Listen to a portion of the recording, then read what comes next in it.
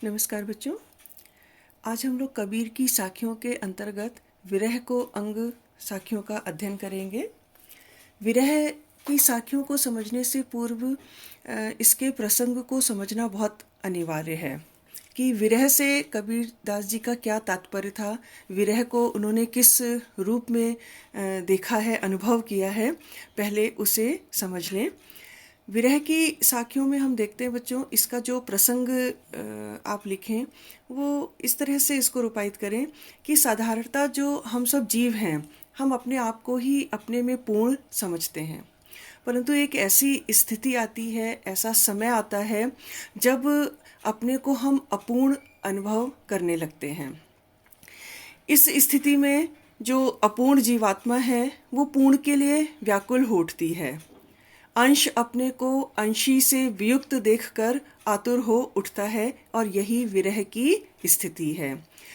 अंश अर्थात जीवात्मा, हम सब जो इस संसार में हैं, और अंशी यानी हमारे परम पिता, हम सब जिसकी संतान हैं, वो परमेश्वर, वो अंशी, हम सब उसी के अंश हैं। जीवात्मा उसी परमात्मा का अंश है और हम सब उससे अलग होकर इस संसार में आए हैं, और चूंकि हम उससे बिछुड़ कर यहाँ पर आए हैं तो यही विरह की स्थिति है। और इसको, विरह का जो अर्थ है वो है विशेष रूप से रहित होने की अनुभूति।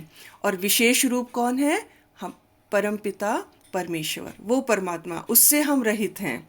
तो उससे रहित होने पर इस संसार में आकर हम जो अनुभव करते हैं, जो अनुभूति करते हैं कि हम उससे बिछड़ कर यहाँ पर आ गए हैं और पुनः हम उस परम पिता से, अपने अंशी से मिलना चाहते हैं, उससे मिलन के लिए व्याकुल हैं, इसी स्थिति का वर्णन इस अंग में किया गया है।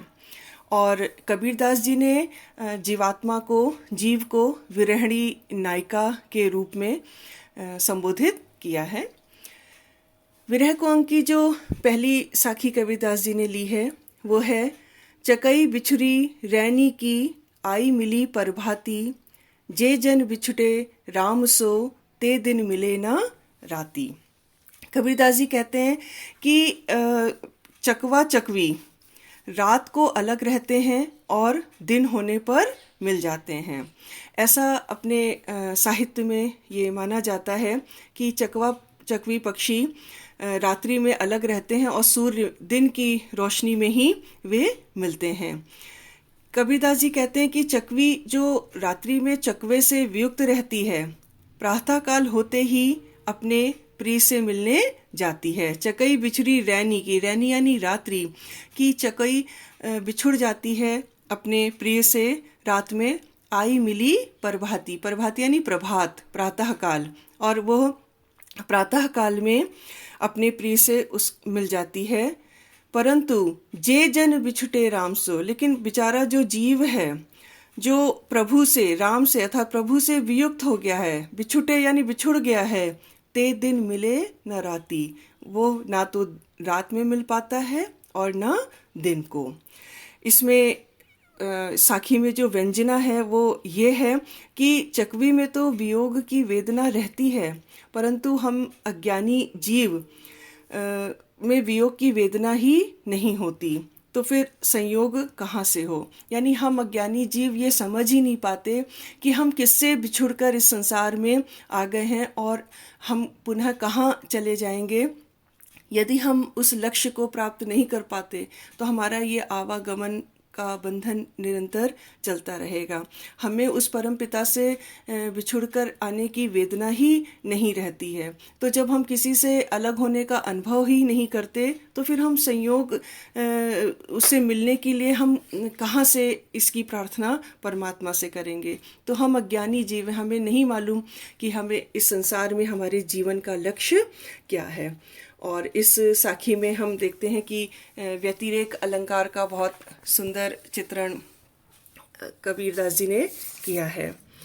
अगली साखी में हम देखते हैं कबीरदास जी कहते हैं, बहुत दिनन की जोवती बाट तुम्हारी राम, जिव तर से तुझ मिलन को मन नाही विश्राम।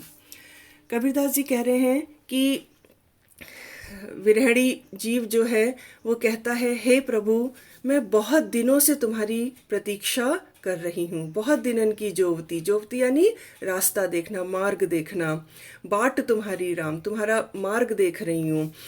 मेरा हृदय तुमसे मिलने के लिए व्याकुल है, जिव तरसे तुझ मिलन को, कि मेरा हृदय, जीव यानी हृदय, कि मेरा हृदय आपसे मिलने के लिए व्याकुल है। मन नहीं विश्राम, और मेरे मन में विश्राम यानी चैन नहीं है।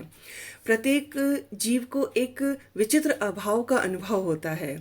साधारण जीव इस अभाव को, कि हम उस परम पिता से बिछुड़ कर आ गए हैं, इस अभाव को समझ नहीं पाते। लेकिन ये अभाव जो है प्रौढ़ जीवों की ही समझ में आता है। जैसे जैसे आपकी आयु बढ़ती है तब आप समझ पाते हैं कि हम इस किससे बिछुड़कर इस संसार में आ गए हैं।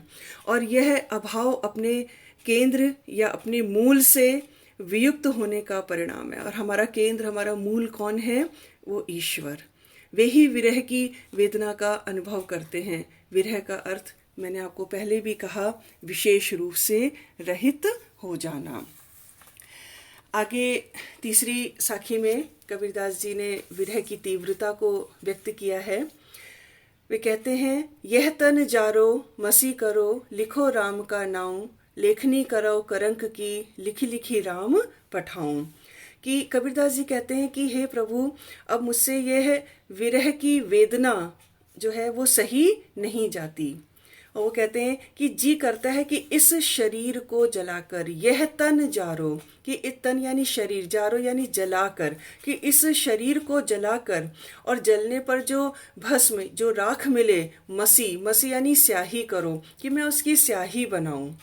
और लेखनी करो करंक की, करंक यानी मस्तिष्क की जो हड्डी होती है, उसकी मैं लेखनी यानी कलम बना बना कर लिखो राम का नाम, और उससे मैं राम के नाम को लिख लिख कर, लिखी लिखी राम पठाऊं। और किसके पास पहुंचाऊं? अपने राम के पास, उस प्रभु के पास पहुंचाऊं, जिससे वे समझ जाएं कि इस विरहणी की क्या दशा है।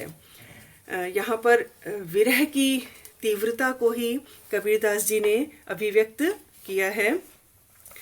आगे साखी में कबीरदास जी ने कहा है, हंसी हंसी कंत न पाइये, जिनी पाया तिनी रोई, जो हासे ही हरि मिले, तो नहीं दुहागिन कोई।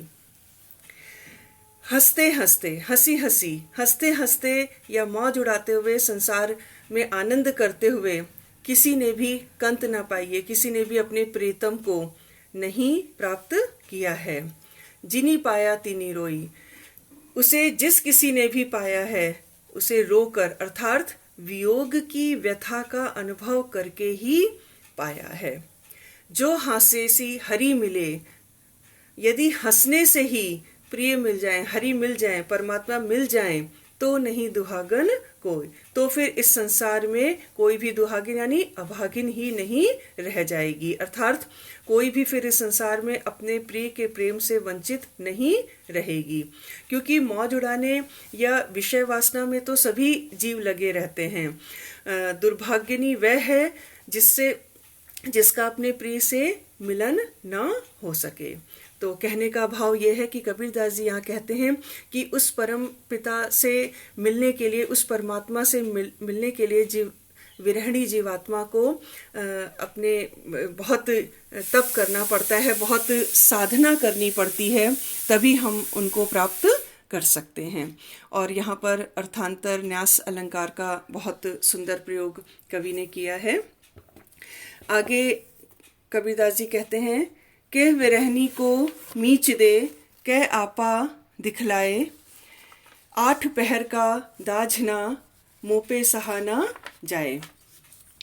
यहाँ पर विरहणी जो कहती है कि हे प्रीतम, इस विरहणी को मृत्यु दे दे। मीच यानी मृत्यु, के विरहणी को मीच दे, कि हे प्रीतम, अब आप इस विरहणी जीवात्मा को मृत्यु दे दें, के आपा दिखलाएं, और या फिर अपना आपा यानी रूप दिखला दें, यानी आप दर्शन दे दें। 8 पहर का दाझना, अब मुझसे विरह व्यथा में रात दिन यानी 8 प्रहर का जो दाझना है यानी संतप्त होना, आपसे बिछुड़कर जो मैं दग्ध होती हूँ विरह में, मुँह से सहा ना जाए, अब मुझसे सहा नहीं जाता। विरह की जो अंतिम साखी यहाँ पर कबीरदास जी के संकलन में संकलित है आपके पाठ्य पुस्तक में। इसमें कबीरदास जी कहते हैं, पर्वत पर्वत मैं फिरा, नैन गवाई रोए, सो बूटी पाऊँ नहीं, जाते जीवन होए। कबीरदास जी कहते हैं कि मैं उस बूटी की खोज में पर्वत पर्वत मैं फिरा, पर्वत पर्वत में मारा मारा उसको खोजते खोजते फिरा, जिससे मैं मृतक तुल्य जीवन प्राप्त कर सकूं। यानी मैं उस बूटी की, उस औषधि की खोज में पर्वतों में इधर उधर खूब घूमता घूमता फिरा, खूब ढूंढा उसको। जड़ी बूटी प्रायः पर्वतों पर ही मिलती है। और यहाँ पर आपको बच्चों बता दें कि यहाँ पर बड़े बड़े पर्वतों में जो व्यंजना है, उसका तात्पर्य है कि बड़े बड़े साधकों और शास्त्रियों। भाव ये है कि मैं बड़े बड़े साधकों और शास्त्रियों ज्ञानियों के पास दर दर मारा मारा फिरा, प्रिय के वियोग में नैन गवाई रोई, रोई रो रो कर प्रिय वियोग में मैंने अपने नेत्र भी खो दिए, परंतु सो बूटी पाऊं नहीं, जाते जीवन होई, परंतु कोई भी मुझे वह संजीवनी बूटी ना दे सका जिससे जीवन की, जाते जीवन हुई, जिससे जीवन की प्राप्ति हो। अर्थात कोई भी मुझे वह मार्ग नहीं बतला सका जिससे प्रभु मिलन हो सके। प्रभु मिलन ही वास्तविक जीवन है। प्रभु मिलन के बिना यह जीवन मृत्यु के समान है। प्रभु मिलन से ही विरहणी को वास्तविक जीवन प्राप्त होता है। तो यहाँ पर पर्वत पर्वत फिरने से यानी बड़े बड़े साधकों शास्त्रियों के पास जाना, ज्ञानियों के पास जाकर उस परम पिता का मार्ग पूछना, उनका रास्ता पूछना, या जिनके ज्ञान के माध्यम से हम उस पिता को, परमेश्वर को प्राप्त कर सकें, ऐसा रास्ता, ऐसी बूटी, ऐसी औषधि, ऐसा ज्ञान कोई भी नहीं दे पाया। और यहाँ पर विरह की जो वास्तविक स्थिति है, जो जीवात्मा इस संसार में आता है, जो भोगता है, जिससे बिछुड़ कर आया है, उस स्थिति को यहाँ पर कबीरदास जी ने बहुत सुंदर तरीके से अभिव्यक्त किया है। और इस साखी में हम लोग देखते हैं कि अन्योक्ति अलंकार का बहुत सुंदर चित्रण कबीरदास जी ने किया है। विरह को अंग की जो साखियाँ हैं, मैं आशा करती हूँ आपको ये अच्छी तरह से समझ में आई होंगी। इसके उपरांत हम लोग परिचय को अंग और निःकर्मी पतिव्रता को अंग इसके अगले खंड में पढ़ेंगे। धन्यवाद।